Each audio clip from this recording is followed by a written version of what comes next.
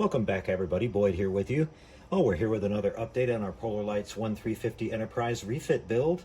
We're moving right along here, you guys. Real happy with how everything's going so far. Since the last time you saw our saucer here, all I've gone and done is put a couple of coats of regular gray primer on this. I'm using the Duplicolor primer. We're going to be top coating this with some Tamiya white primer. As I mentioned at the beginning of the build series here, that's going to be my final finish. We're going to do a little bit of buffing and polishing on that to bring up the gloss on it a little bit, and then we're going to be applying our iridescent paint for our Aztec paneling right over the top of that. That should give us a really close look to the original studio model. Doing the research on that, we find that they used a white primer called Paramount primer. Kind of ironic, since it was Paramount Studios that, commissioned the model to be built. But we'll get to that a little bit farther down the road. I wanted to show you guys, we've got our bridge sitting on here now. It's all going to work out really good. This is the aftermarket bridge from HDA Model Works. And then what we did is we went ahead and worked in our officer's lounge window here with our photo etch from Paragraphics. You can see now that it's been primed, it came out really clean and really nice. That little bit of putty work we did there worked out really good. And getting that mounted in there flush saved us a lot of trouble, where we didn't have to build up a lot of material around these edges here to compensate for that. We've got our rec deck windows in here. I've gone ahead now and finished out all the just about all the work on the saucer edge here. You can see I've got a couple tiny little spots where we had little tiny seams that I'm just kind of cleaning up. So this is pretty much ready to go. What I've also done is I've gone in here and light blocked this. Now, I sometimes forget that people that watch the channel here are just picking up on this for the first time and they haven't seen all of my previous videos, so I'll just kind of go over the idea of light blocking here again for everybody. What we're trying to do here, you guys, we're going to be putting very intense bright lighting inside of the saucer here to light up our window ports and some other areas on the model. So what we don't want to have happen is we don't want to have that light leak through the plastic, because the plastic is thin enough where the light will actually go right through it. So we have to block that light to make sure that the only light that we see on the model is where we want to see it. So basically what you do is you come on the inside, usually. Sometimes you'll do it on the outside, different circumstances, but in this case, we're doing it all on the inside. So I sprayed this with 2 coats of flat black, made sure I covered everything really nice, and what I would do is I would keep holding it up to the overhead lights in my shop to check to see if any light was coming through. And once I was satisfied I got that all covered, I just came back and dusted a coat of white over the top of this. The white is to help bounce the light around on the inside of this so that our lighting looks nice and equal. We've got these individual points of light we're going to be putting in here today for you to show you how we do the window lighting, but we want to make sure that the light bounces around and it makes everything kind of equal out on the inside. And that way we don't have to put as much lighting inside. The reflection part will help boost the light level overall. So you want to always try to put the minimal amount of lighting that's needed. You don't want to overdo it. And so that's all going to work out really good. And we'll be continuing that method anywhere on the ship where we're going to be putting lights in. So you'll see this repeated in the hull, the warp nacelles, and things like that. So what I'm going to do for you guys today is we're going to be starting with adding the internal lighting into the model today. So we're going to start with the basic lighting. I'm going to kind of do this a little bit different than I've done before in the past, where I've kind of, when you see me working on the TOS Enterprise, where I've kind of added all the lighting at once. What I'm going to show you guys today to try to help keep it a little bit simpler for everybody is I'm just going to install the basic lighting for our window groups here. So we're going to be putting in 6 or 7 little strips of LED tape. I'll show you what that LED tape is here that we're going to be using. And then we're going to be doing a little bit of solder work and adding some wiring and getting the basic outer lighting, outer perimeter of the saucer all lit up. Then we're going to talk about how we're going to light up the bridge and the officer's lounge down here. So let's get everything set up here. I'll get all our materials, get my solder iron warmed up, and we'll come back and get started on doing this wiring. Be right back, everybody. Back with you again, everybody, and what I've been working on here is I got out my LED strip lighting. I get all this strip lighting from HDA Model Works. This strip lighting that we're using today is the double density type. You can find that over on their website. This is the regular white. In the case of like the TOS Enterprise, you often see me using the warm white. but on the Enterprise Refit, we're going with the more fluorescent looking white lighting that you see looks correct for the way the model looked on the film. So what I've done here is I've cut out little individual strips that you can see I've lined up with the window groupings here. Now, on the port side here behind the impulse deck, we have these shorter group of windows here. So this is why you notice this little strip is a little shorter than the other ones. These other ones are all equal length, just a little bit longer than the actual window openings themselves. And then we get to this area right back here where our rec deck area is going to go. We're going to cover that in the next video, but we're going to be doing some different type of lighting here. We've got the ceiling of the rec deck that has to go in there, and we need to get a little bit of light in there to light that room up. So we're going to be using some very, very small LED lighting there, and I'll cover that in the next video. We're also going to be using a couple of small SMDs today in the ceiling here of the officer's lounge. So what I'm going to show you guys right now is how to set this up. This particular lighting that I'm doing on this model, I'm doing in-house, as we like to call it. There are, I believe right now there's only one completely plug-and-play light kit available for this model, and it's from TrekModeler. You can look that up online, www.trekmodeler.com. They've been around for quite a while. They've upgraded their kit over the years, and basically what it is it's a bundle of a bunch of ribbon cable with lighting on the end of it, and it's designed to basically plug into all the control boards and then run throughout the model. Now, one of the things that people mention about that is that the cable is kind of thick and kind of big, and so it's a little bit challenging to get all that packed into the model. You just kind of have to work it out and go by what other people have done. Hopefully you can find out some information about that. I don't use those particular type of kits. I like to do my own lighting on these models, that you see me do often. It's just a little bit of a money saver, and I just really enjoy this part of modeling, doing the wiring and figuring out my lighting and all that. And when you learn how to do that, you learn some other skills like soldering and figuring out electronics and things like that. So there are some benefits both ways, but not everyone is set up to do soldering and or has a in-depth knowledge about electronics and things like that. So the plug and play is the way to go. So either way you want to go is totally up to you. But we're going to be doing for you guys today is to show you how to do it if you want to wire this up yourself. It's not difficult at all. We're going to be showing you the very basic principle of this. So what we've got on each one of these little strips of LED tape, as it's called, is we have a positive and a minus terminal. Now sometimes these strips are marked and sometimes they're not. In this case, we can see that we've got a tiny little negative symbol on the one side here and a plus symbol on the other. So we know which terminal is which. So we're going to set this up in our little pin vise here, or our helping hands, I should say. And making sure I'm staying in camera for you guys. Let me get the saucer out of the way just a little bit here. We'll kind of get you more centered. And we just kind of clamp this in place. And what we're going to be doing is taking our solder iron now. It's important that you use a really good high quality solder iron for this type of work. I mention this all the time. You want to make sure that it's getting hot enough. Now this particular solder iron is a Weller soldering station. WES51 is the name of it.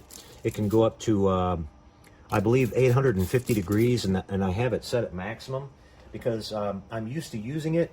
And what this allows me to do is it allows me to get my solder melted on there really quickly and then remove the iron really quickly. You don't want to keep the iron on whatever component you're working on laying there a long time, because it's just soaking that heat into it, and that can cause damage. We're putting a lot of heat, but we're doing it just for a split second, and that's kind of the ideal way you want to do this. So what we're going to do here first is we've got these copper looking terminals that are on these LED strips, and we just want to put a little dab of solder on there to pre-tin them, as it's called, so that when we go to attach our wire on there, it'll work a lot easier for us. So let's just do this really quick.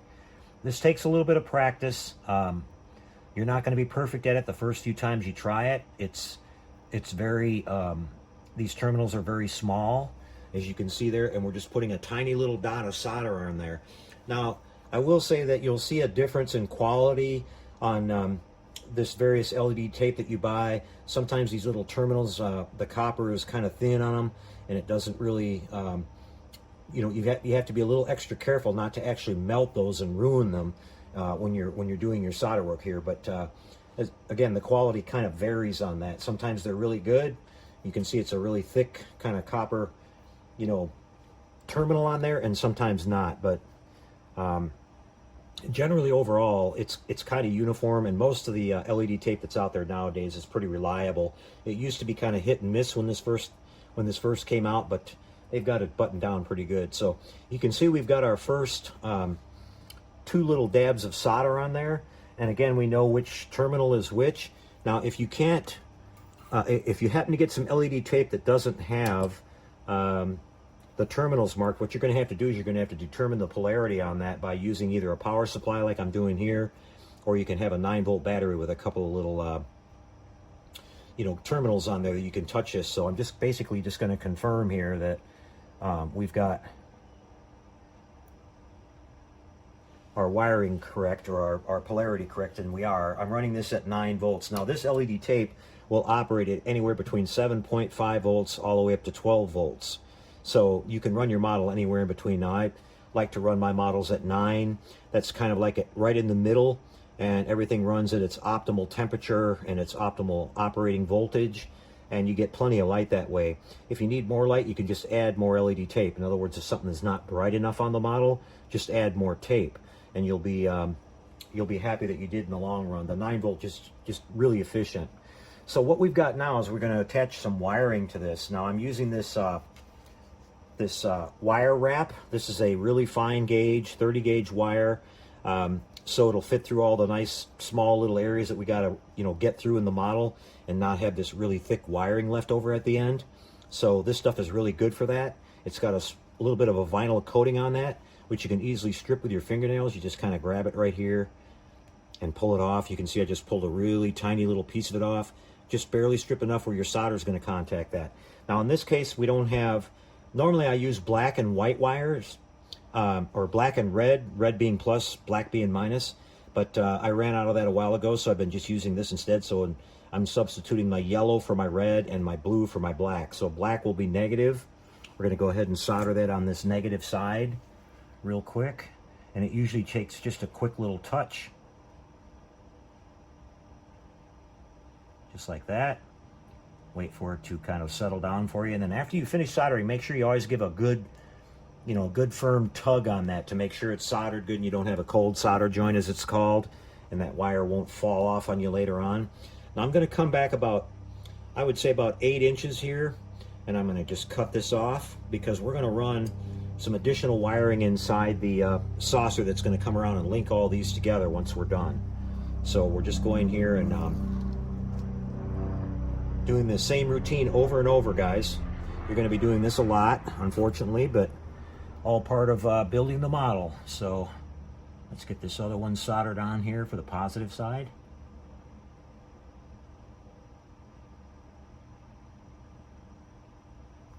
Okay, it's on there nice and solid. Again, I like to double check and tug on that. We just kind of line this up where we cut the other one.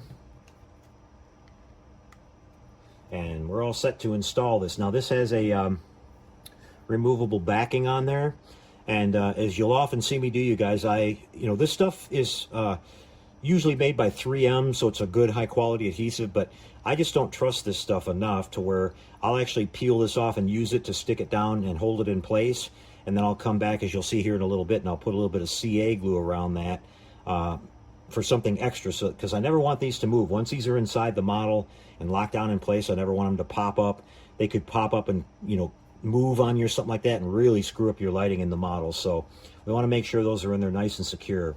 So off camera, what I'm going to do here, guys, is I'm going to finish soldering up all these little strips that I made, and then we'll come back and we'll show you how we get those installed and locked down. Be right back. Okay, everybody, so I'm back with you again, and what I've done is I've finished up cutting out all my little strips of LED tape here, checked all my solder connections. I've double checked with my power supply to make sure they're all functioning. So we're going to go ahead and start putting these in, guys. This is just a really quick step. This won't take long. So we're going to be starting off here with this this shortest one. Now I'm going to try to angle all of my wiring back towards the rear part of the saucer here, because that's where all my wiring is going to terminate, you guys.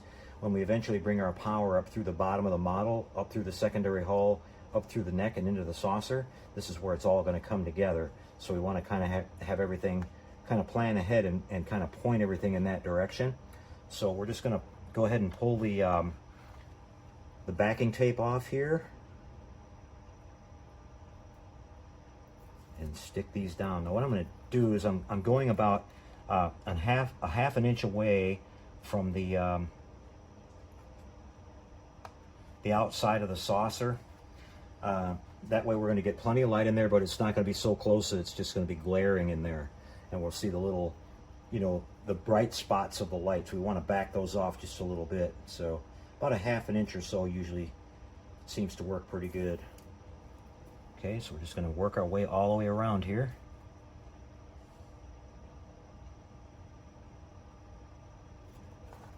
And again, this backing tape is just going to be holding these in place temporarily for now. And we're going to back this up with a little bit of CA glue.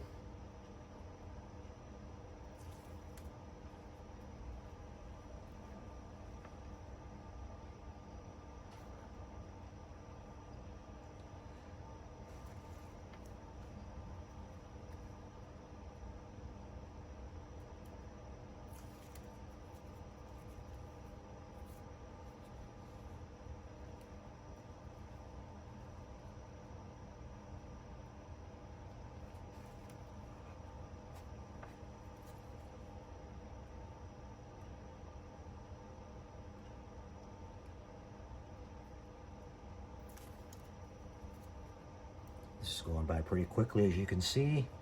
I think once we get past the center point, we'll angle these the opposite direction. Try to be smart about it here.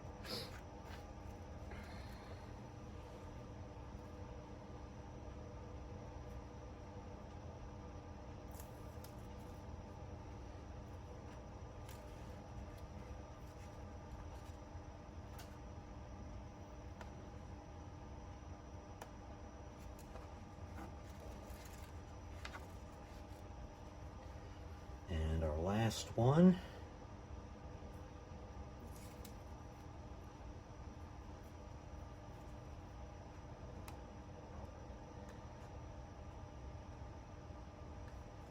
Okay. Now, as I mentioned, we've got this one right here, guys, where the rec deck goes. We're going to be using that nice aftermarket rec deck that we showed you. In the next video, when we get into a little bit of that, I'm going to actually start doing some pre-assembly on that. But I wanted to mention that I went back and had a look at it, and I'm really, really impressed with the engineering that went into it. It's got the ability to do a little bit of backlighting to it, and it's just a really beautiful little piece when it's all assembled. But you'll see that in the next video. We've also got an aftermarket officer's lounge from HDA ModelWorks that we're going to be using, and we'll show you that next as well. So now what we need to do, you guys, is we're going to go ahead and take some of our CA glue here, which is, I'm using the thin type. And all we're going to be doing is we're just going to be dropping it down on here and see if it's, yeah, it's clogged. So we're going to clean this, get this opened up real quick. Okay, that should work. And we're just going to let this drizzle capillary action go all the way around these things. Just kind of like that. Then I like to dab a little bit extra. I'll let my wires lay flat like that, and I'll dab a little bit extra right there where the wiring is. That way it's going to actually help hold down the wiring itself too,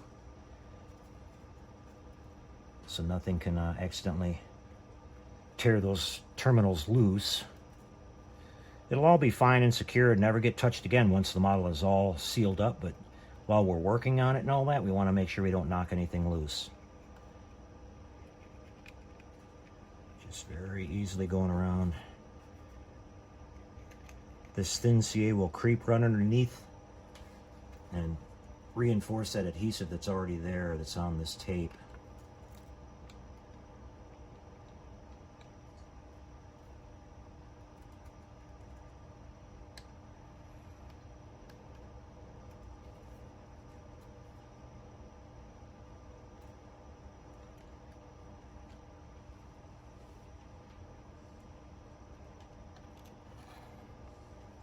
Okay. And now to help this dry, we're going to use a little bit of this accelerant. This is Instaset. It's just basically referred to as a kicker, so it helps this dry. You can get this in both aerosol and pump spray form. Just a quick little spritz is all you need. And about a minute or so, those will be completely cured up. Won't have to worry about them ever again. So let me let that dry really quick, guys. And what I'm going to be doing next is I'm going to break out some more of our wire here. I'm going to be cutting some lengths, because what we're going to do is we're going to make two circles in here, a plus and a minus, just to the inside. That way we can just reach over real easily and splice these wires into that, and that way each one of these individual LED strips will have its own power feed, both plus and minus, and we'll terminate that over here by the neck like I talked about, and that way the entire saucer, that is called a parallel circuit versus a series, where if we were doing this in series, we would bring one group of power into the very front part here, connect it directly to the next one, and so on and so on, so it sort of makes like a chain. As I've mentioned several times in the past, I don't like to wire like that, because if you have a component failure or a connection failure at some point, everything beyond that point in that chain will cease to work. So what I like to do is what we call parallel wiring, which is not quite as efficient as far as current draw, but we're not worrying about that. If you're worried, if you're doing something that's going to be battery powered and something like that, you might want to consider being the most efficient. But we're going to be just using a basic power supply on this model that plugs into the wall, so we're not going to worry about that at all. So each individual light strip you'll see here wired this way will have its own source of power. So if this one quits, it won't affect any of the other ones around it. That doesn't happen very often. In fact, I don't think I've ever had an LED light strip fail after it was installed in the model. Usually what you'll do is you'll set this all up and you'll run this. For example, when I finish all up with this video, once this has all been wired, I'll hook this up to my power supply and I'll let this run for several hours. If you're going to have a failure in one of these components, experience has shown me that that'll happen fairly quickly within the first couple of hours or so. And if not, you're usually pretty good to go for the entire lifetime of these things. So, but let me get my wiring set up here, and we'll come right back and show you the where we'll be connecting all these together to make a complete circuit. Be right back.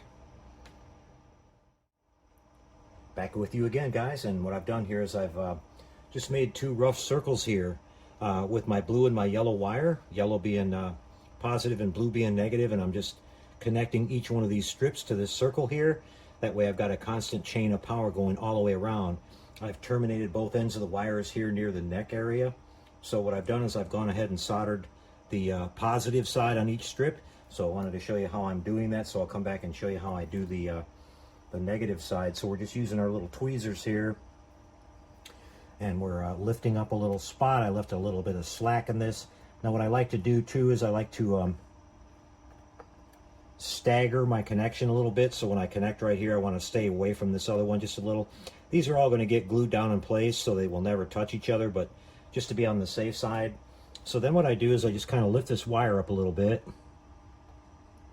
and I take my lighter and I just put a little bit of flame on there to heat up that coating, and then I can pull it back with my fingers, that you saw what I did right there, just to open up the bare wire.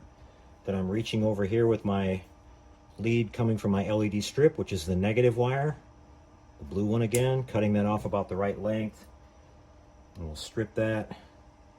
We want to strip it about 1/2 inch or so. Then we're just going to wrap this wire around the other one.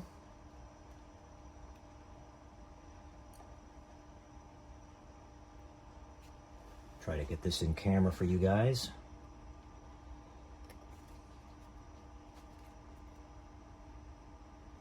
Go around it 3 or 4 times and that'll be plenty. And just kind of flatten your wire out and make sure it's not sticking out anywhere or anything like that. And then another tip that I always like to do, guys, is I always like to solder these one at a time and not come back and do it afterwards. That way I make sure I never forget to solder one, and I don't wind up with because the wire might be twisted on there and it might make a connection and look good, but when it gets bumped later on or whatever, it might lose a connection, and if the model's all sealed up, then you're in big trouble. So this way we never forget. Just kind of one of my little pet peeves. Okay, we're doing the same thing over here. We're gonna lift this blue wire up just a little bit.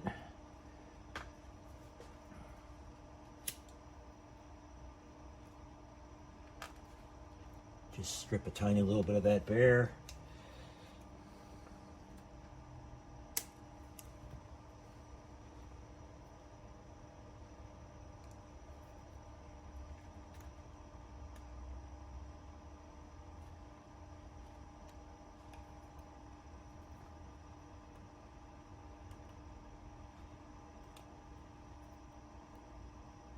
And we're going to give it a good couple of wraps here again.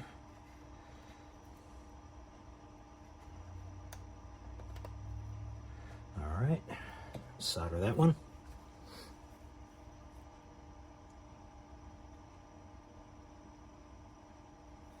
Don't need a whole lot of solder, just tin them up real good, and then always make sure you go back and give these a little tug. Like I said, make sure they're on there good. So I'll be repeating this process the rest of this way, and then I'll come back and show you guys once this is all connected. We'll do a quick test lighting to make sure all of our window perimeter lighting is working. Then we're going to work on putting a couple of SMDs in our officer's lounge here, and I'll explain why I'm using SMDs when we come right back. Okay, so I've connected up all of my wiring here. You can see I've got my negative wires all attached and soldered. I did that one at a time like I talked about. And we'll just flip on the power real quick here. I've connected up my power supply running at 9 volts. And you can see we've got all of our lights working. I'll flip this over here for you. Oh, we got a loose connection there. And we'll show you what the lighting looks like. Kind of if the saucer was sealed up, you can kind of see that there. It's going to look really, really nice. Okay, so we're ready to go with that. So next what we're going to be doing, you guys, is we're going to be putting a couple of 0805 SMDs right up here in our officer's lounge to light that area up. The reason I decided to go with SMDs, you guys, is that even when I tested out just a 3 little bulb segment of the LED tape, I felt like it was going to be too bright. I want the officer's lounge lit, but I don't want it to be glaring. So like when you know, this is one of the attractions of the model. When you look at it from behind, you're going to be able to look in that little window there and see that room. So we don't want to have that overly lit. So a couple of these 0805 SMDs in regular white will do the trick really nice. So basically all I'm going to do, you guys, is glue these down in here. Kind of equal distance. Let me get my CA glue ready here again.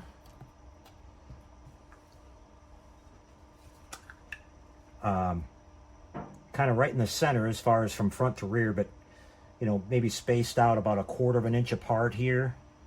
That way we should get some nice even lighting in there. So get this put in place real quick.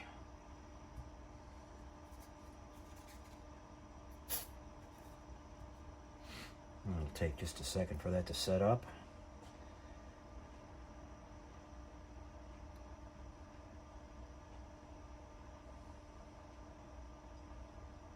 And then for those of you who haven't used SMDs before, these are the pre-wired type. Again, I get these at HDA Model Works as well.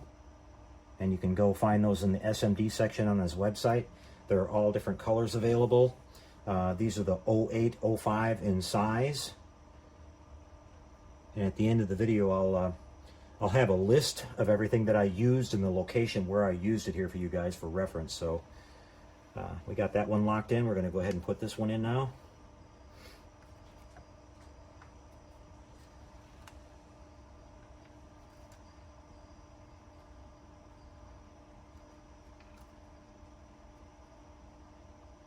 We've got some kit glass that goes in on our BC deck here, so we want to make sure we stay clear of that and don't get any glue or anything in there. Okay. There we go. I actually prefer the thicker CA. I'm out of that right now, and I've got some coming in, so this thin stuff is having to do. Just have to be a little bit more careful because it's, like I said, it's really, really runny. This will take just a second here to cure up for us.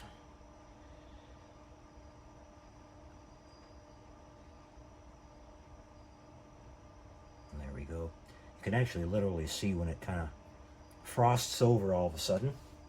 All right, so we've got that. Now we're going to carefully route our wires over here, and we're going to tie in to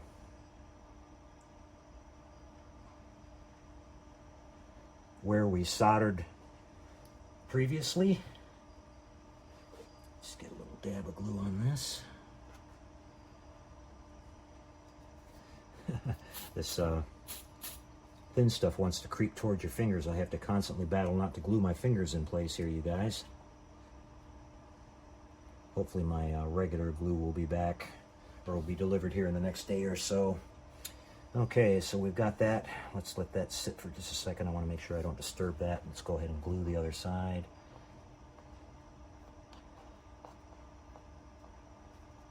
Kind of right about in here.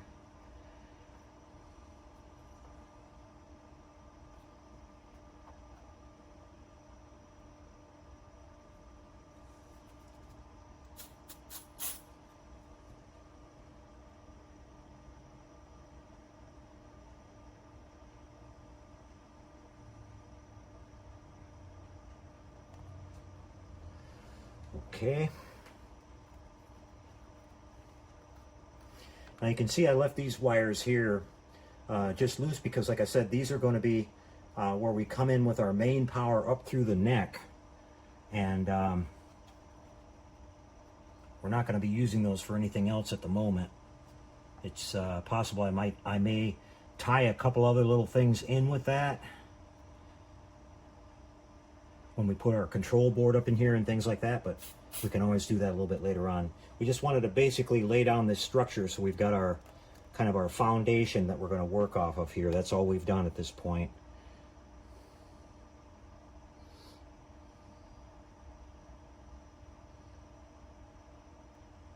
We've got one wire that is being stubborn on me, you guys. It doesn't want to take any glue for some reason. There we go. I think I got it that time.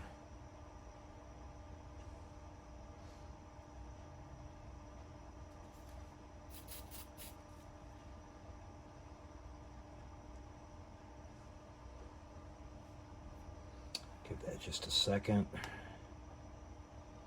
There we go. Okay. Now, as we know, we've got to go plus and minus here. So on these SMDs, you guys, it's always the positive wire on these that has the that will have the resistor attached to it. So we know we're good to go to hook this up to the positive side. We're just going to connect this into where we previously soldered here. This is kind of a little bit longer than it needs to be, so I'll go ahead and trim that off. I want to make sure we get that out of there too. Always make sure and check, you guys, that you don't have any small pieces of solder that got in here, little solder drippings or clippings from your wires floating around loose.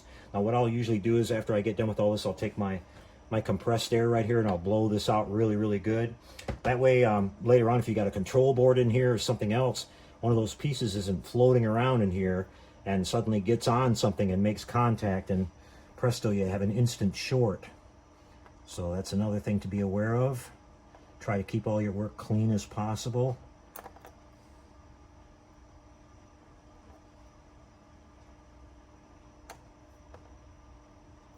All right. And as I said, we'll solder that one while we're still thinking about it.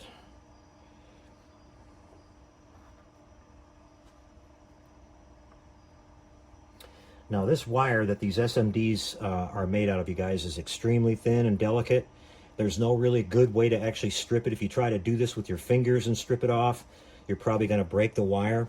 So again, back to the old lighter trick here. I'm going to trim this back to a little bit to where I know it'll be long enough to reach our negative connection there, and then I'm just going to take my lighter and then just basically burn the insulation off of it. You can see it literally come right off, and you have the bare wire underneath. That's the best method that I've found to do that with this, with this type of wire that's so thin. And we're just going to wrap this one around the negative side.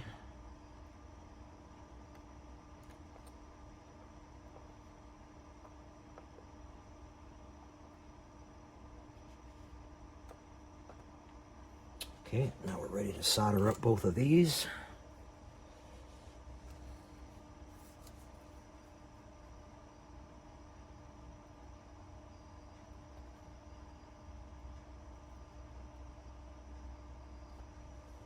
Okay. And now we'll come over here and do the same thing on this side.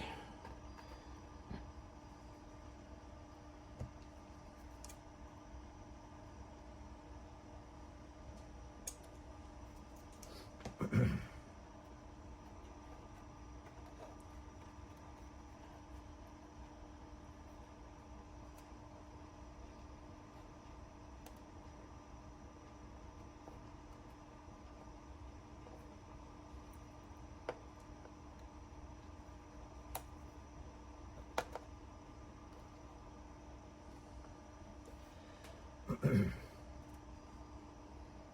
let's find out how much wire we need here.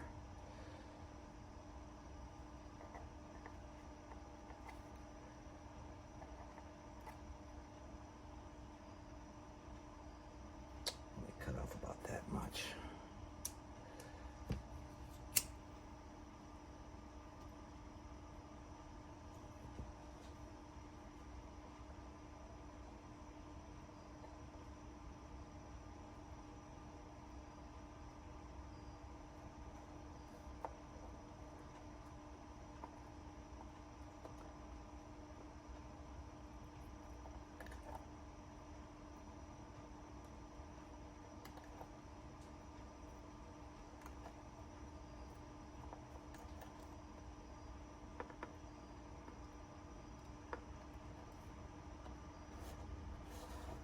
Wire is so thin my tweezers can't even pick it up.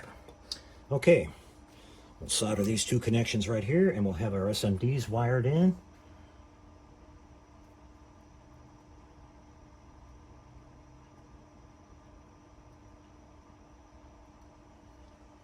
Okay. And time for another lighting test.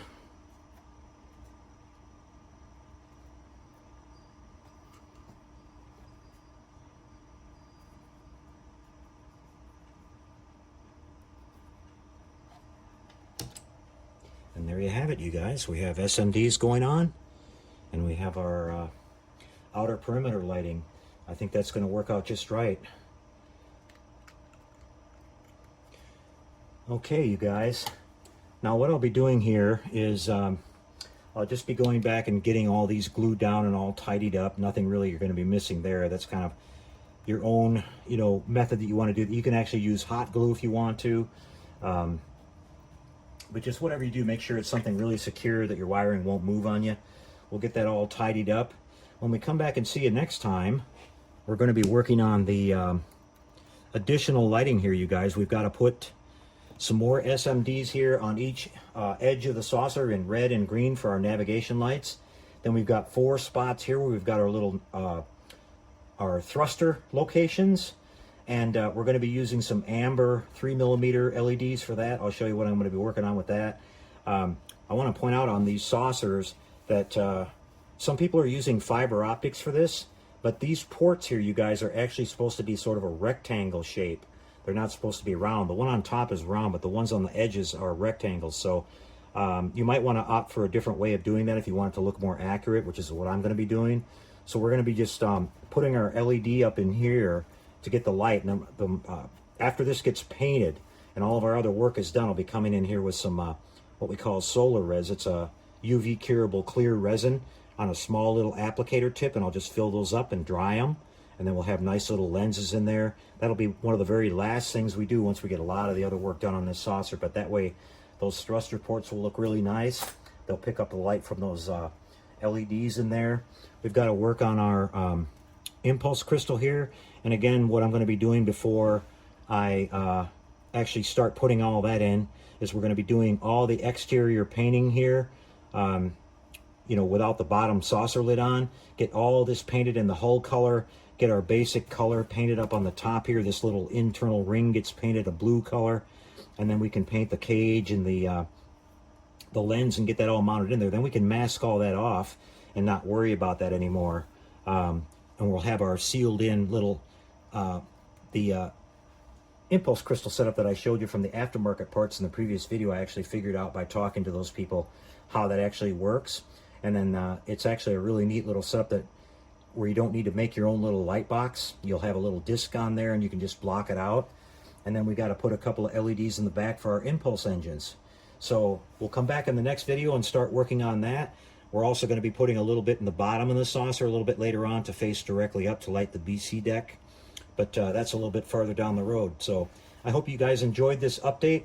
Like I said, guys, I'm just going to keep these nice and slow and steady for you and try to, you know, catch all these minor details for you guys, especially for those of you who have never done one of these before. That's what the whole idea of this series is do sort of a how-to. And again, I'll be getting all these wires cleaned up and glued down. You'll see that in the next video. But things are coming along really good, you guys. Like I said, I hope you're enjoying it. Thanks for the new subscribers. As always, thanks for tuning in, everybody. Happy modeling, and we'll see you next time.